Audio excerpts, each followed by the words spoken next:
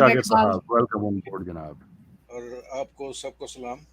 اچھا میں پچھلے مینیو سے ہی شروع کرتا ہوں. اپنی اکنامک اور مانیٹری اسلام کی بات ہو رہی تھی, میں نے آپ کو چیک کیا ہے, وہ آپ نے بالکل ٹھیک کہا کہ 700% جو انفلیشن 1970 میں ہوئی ہے, لیکن میں یہ بھی ایڈ کر دینا چاہتا ہوں کہ اس وقت میں نے چیک کیا جو ویجز ہیں وہ بھی تقریباً 800% بڑھی ہیں.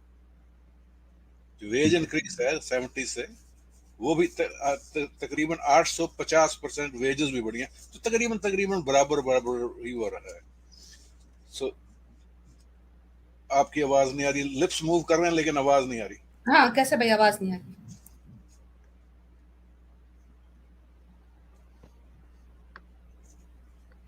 جی اب میری آواز آ رہی ہے؟